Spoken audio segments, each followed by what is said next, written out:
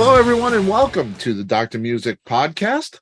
Today, I have with me members of Staring Into Nothing. I have Denny Fongheiser and Steve Rogers. Denny is the drummer and musical director for the Staring Into Nothing project. He brings with him a legacy that only a chosen few can rival, having performed and recorded with artists like Hart, Roger Waters, Stevie Nicks, Bruce Springsteen, Benatar, Peter Frampton. It goes on and on. Steve is a vocalist, pianist, composer, wrote this entire thing. He and writing partner and bassist Kurt Barabas created this project from the ground up, inviting masterful musicians like Denny to help bring this project to fruition. Denny and Steve are set to debut a new musical rock opera called Staring Into Nothing this Friday, October 7th, at the El Portal Theater in Los Angeles, where they are right now. Denny, Steve, thank you so much for being here. Thank you for having us. Our pleasure. Absolutely.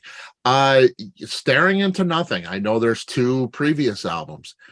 This is a band. It is also the title of a rock opera. It was a bit displacing when I got the email. I said, is this the band name? Is this the title of the show? So it is the band name. It is the title of a show. How did you come about, picking that name and actually going with it? Because the Staring Into Nothing did two previous albums, Power and Love. What made you title this one self-titled? Well, there were some artistic reasons and there were some legal reasons, to be frank with you. The first two projects that we did, and really that idiom of staring into nothing were the results of songs that were written by me and Kurt, the same people who wrote the music for this show. But they were released more or less just as typical album projects are released. And when we started working on this concept, this story or narrative, if you will, within the confines of songs, we actually had an original working title that was Brave New World. And the more we worked through it, the more we realized that Staring Into Nothing was a more appropriate name for the content and the context of this musical. And because we already owned the copyrights and trademarks to that name, it sort of became a no-brainer where we ought to just go with the stronger name, even though it may create a little bit of confusion here and there. But the fact is we're the same two guys writing the music now and then. Yeah, and it's great too. The first record, Power, 2017, had a lot to say and has a conceptual feel, much like this does. You could say the same about the Love record. Did you ever think of adapting those records to film or theater like you've done with this one? I had a conversation. This project and being able to bring it to the point that we're going to be able to present it in a theater with a cohesive narrative. And we've got 9 performers on stage as well as the band live on stage. I think Kurt and I have found this to be far and away the most satisfying thing and the most satisfying approach we've ever done. And just yesterday, I actually said to Kurt, if this turns out to be something that audience respond well to, we could well do that, particularly with the first album. We might have to add some songs and flesh out the narrative a little bit more, but there's concepts there that could lend themselves to that. Yeah. And I saw that right away. And I thought, wow, you could definitely do something with these theatrically. It's all very stirring music. Denny, I have to ask you, coming into this project, it's a bit different. Is it more challenging, to have somebody playing parts to this music and being, timing it, being able to create the appropriate mood in that live setting? Well, yes. To back up a little bit, the thing that got me interested to work on this record to begin with, which came before this actual production, was the fact that it was a concept record. I love the concept, and I like concept records. If you're gonna do, especially this was 222 songs, there should be something there to say. And that was really intriguing, and I think they've done a really great job. And throughout the record, when the decision came to do this as a live production, Steve, really dug into a lot of rewriting as well to make this work. So we started working on that a little bit early.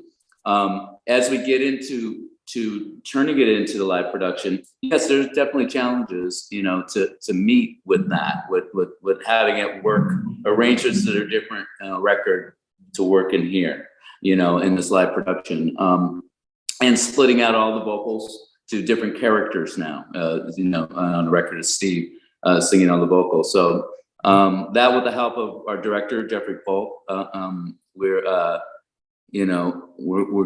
it's working out really well. We have a really great ensemble. The idea was to get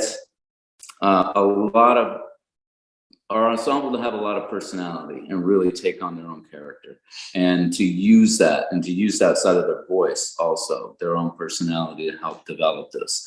And that's really going really, really well. And we have the video screens, and that's been a big part of this too, and locking that to when that's going to come into the picture and to what we're playing on stage. So that's still all being kind of massaged right now, now that we're all together, but it's fun. It's a great challenge. Yeah, I would imagine it is. And video screens on a theater production, you don't always see that. That's a really interesting concept to bring in that interactive screen to the live action as well. Well, our idea is to hopefully let this grow into something unique. It's not really a rock concert. It's not really a musical. It's a combination, and it's finding its place to be that combination. A new experience for people to come and see. Music fans will hopefully really love it, as well as theater fans. Yeah, and I don't know that I've really ever seen anything quite along those lines, which is really great and unique.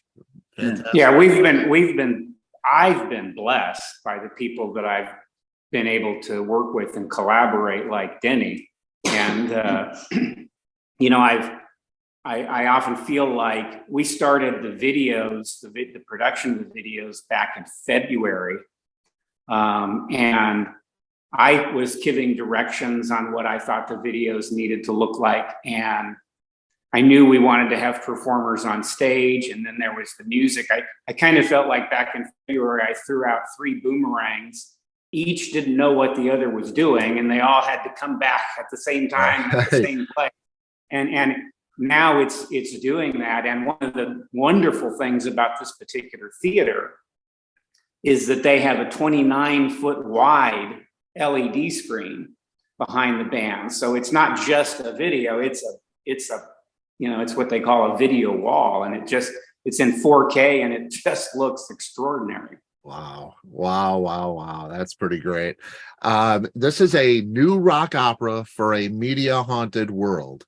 Watchers right now don't realize that we were haunted a bit before this by particular media, devices anyway.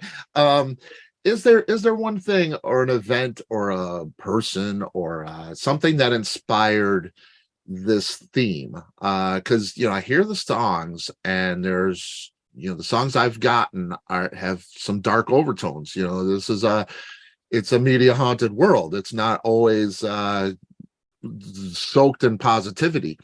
There's some dark themes here. Is there any particular thing that inspired the writing of this? Yeah, I mean, really, it was a series of books that I've read probably over the last 10 years, and one that I've read many, many times over the last 30 years, called Zen and the Art of Motorcycle Maintenance, which was written back in the 70s and was sort of a combination narrative and philosophical exploration about, you know, Plato's old statement, what is good and what is bad. And it explored those concepts in the context of the technology that existed in 1974. Mm-hmm. And I thought it would be very interesting to explore the same philosophical questions in the context of the modern day technological world, in which I perceive that the ways in which we communicate, the texting, the Twitters, the social media, plus the mass media and the news media, actually changes how we're communicating. Mm-hmm. And it changes the depth of the communication, all the way from back before all of this began, when people would write long and thoughtful letters to one another with deeply considered thoughts, to now, a 280 character limitation tweet. That's more like a verbal jab than it is, a thoughtful communication. Absolutely. I couldn't agree more. Tell us a little bit about what we might see on the stage. I hear these songs and I listen to what you're saying about the themes. I'm trying to imagine what a story would look like on the stage. Do we have two main characters? Is there a love connection somewhere? Those typical theater type things. How does this end positively? Does it end positively? I don't want you to spoil it maybe, but how do we bring those things in? What does it look like on the stage? Yeah, there are four main characters, and they're supported by an ensemble of I think 5 or 6 people, depending upon where we end up with. And the two main characters, two main sort of older characters, I guess, and they are antagonistic. One of them is sort of a representation of a tech lord, somebody who's created one of these great companies and is completely subsumed into it and believes in it and thinks that it's bringing good into the world and it's connecting people and empowering people with information. And the other lead character is really the more philosophical skeptic who says, I'm not sure, even with all this great bells and whistles, I'm not sure it's actually enhanced the quality of our lives. Mm-hmm. And then there's two main young adult characters who sort of lead the ensemble group of adult characters through the process of moving from being sort of unconscious and willing participants in everything to beginning to question the impact of this stuff on the quality of their lives. And by the end of the show, we do attempt to come up with some answers, and I would characterize the ending of the show as positive and at least suggest some ideas. Yeah, and it sounds so true to the life we're living right now. All of those things, as scary as some of them might be. The recording process. I've read that you did this the old-fashioned way. Is that even possible now? People in the same room, recording music, bouncing, looks off of each other.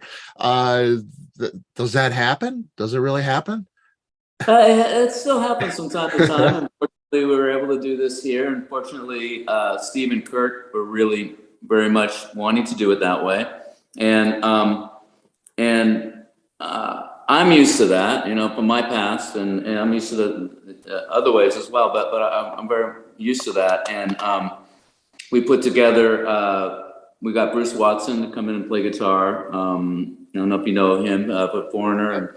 And we've done a lot of work over the decades together. And he came in, and it was Kurt, Steve, and Bruce and I, and we went to East West Studios, which is the old United Western and Ocean Way, and now East West, which is one of the classic studios in LA, but still one of my favorites. And we went in there, and how many days did we go in there? We went in there initially for 11 days, and we got basically all of the songs we had at the time done. And then later on, we went in for another 2 days and added a couple more songs. Yeah. So we basically got all the tracks with the overdubs and everything, all the tracks done in that time. And then we went back to Steve's studio, and then in kind of fleshed some things out and looked at it, and he was rewriting the vocals and the lyrics and stuff, and we were creating the vocals and the background vocals. So yeah, the bulk of it was done in that time. Yeah, and that's 13 days ish, right there. And how many songs? 22. 22. Wow. And they're 4-minute songs. Some of them are 7-minute songs. So yeah, it went well. Luckily, good songs. In my opinion, a good song is easy to record. It kind of plays itself. And the problem you have with a good song is choosing where to take it, because you can take it a lot of different places. If that melody is right, and the chord changes are right, you can do it so many different kinds of versions. So it's focusing on what it is for this moment. Did it help to have, you had the concept of the stage production in mind when you were recording, correct? Not in the initial, we had a thought of it, but not in the initial tracking of it. That came about more after the tracking, the excitement of where it was going and seeing it more in that light. Okay. While the songs were written originally with that general intention, and that was literally the beginning, could you write a narrative in a musical format about these concepts and these subjects? That was always there in my mind, but I had never had anybody that I was working with who could help actually see that come true. And after we finished the recording project, Denny invited me to a lunch, and he basically, said he'd love to continue to be involved with the product, and sort of knew what to do and who to bring into it. And that was all I needed, was somebody to be my, soulmate and helper in the project. And that's definitely what Denny has been. Yeah, that's great. Denny, you've done so much in your career. Maybe nothing quite like this. Does it help to have something that's so solid and laid out, where the direction you're going, and knowing that this is going to be intended for the stage a little bit? Does that help or does that make it more challenging? I don't know, challenging maybe in a different way. Than just making a straight record. There's more thought that has to be put into song placement, and which Steve is great at that, because it's his narrative, and so sometimes we have to think about what the songs are going to look like before or after each other, as well as a narrative. Just kind of like when you play on tour, a lot of the way you arrange your set is the different keys and different feelings and how they work together, and you have to kind of massage those. Other than that, no. I mean, it is a different entity. I was just telling Steve a half hour ago that for me, this is.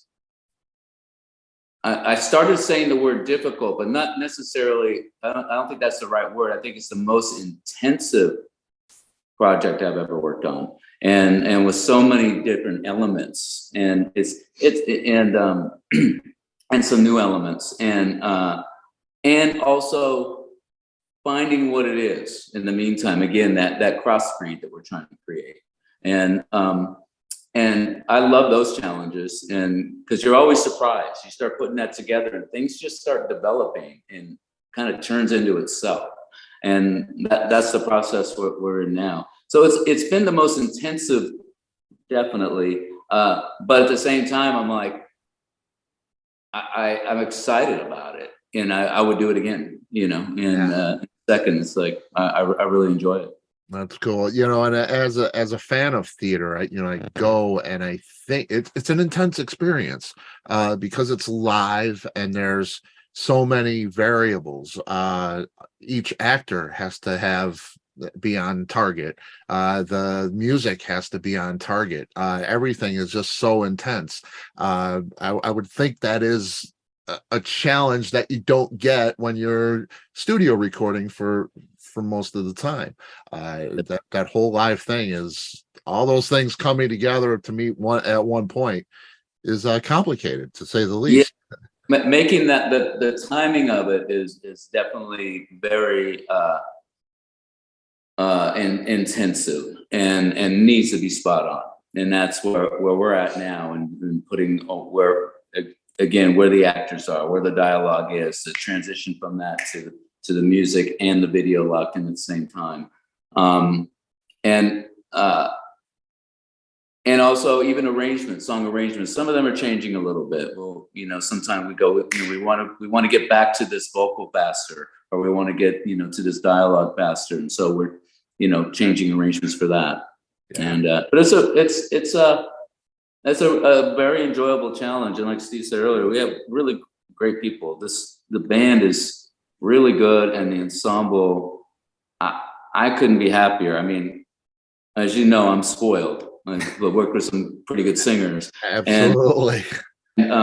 So I was trying to bring that bar in, and we got it. They're really good, and again, each have their own personality. So that's exciting for me. Yeah, it's pretty cool. And you bring in like you say, you bring in all this talent, and I think you need somebody in each position that can be trusted to do what they need to do. And I think you've done that here. Bruce Watson, you mentioned playing guitar here.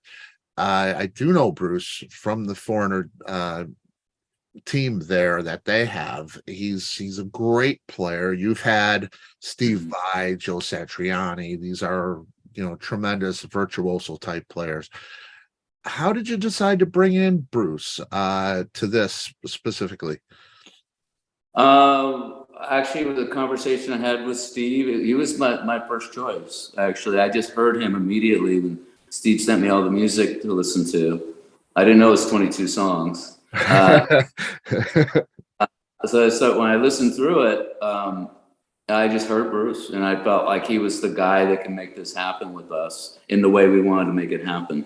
And Bruce, for me, I've done a lot of records with him over the decades, and to me, he handles so many different segments. He's a great guitar player. He's great at putting down straight ahead rock guitar, but also he's great at creating beautiful effects and soundscapes behind it. So we would basically get the track and then have Bruce do his overdubs right then.